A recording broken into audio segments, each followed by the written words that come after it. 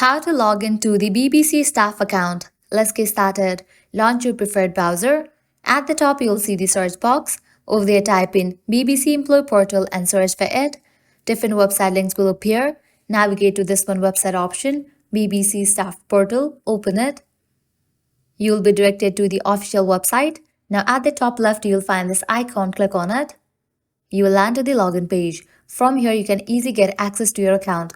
All you have to do is provide the credentials of your employee account. So go ahead and type in the email or username. In the case you have forgotten the email or username, click on this option to recover it. Once you fill this, click on continue, and in the next page you'll need to type in your password and then click on done. Just with that, you will be logged into your account. If you haven't registered for your account yet, click on this option and you can do that.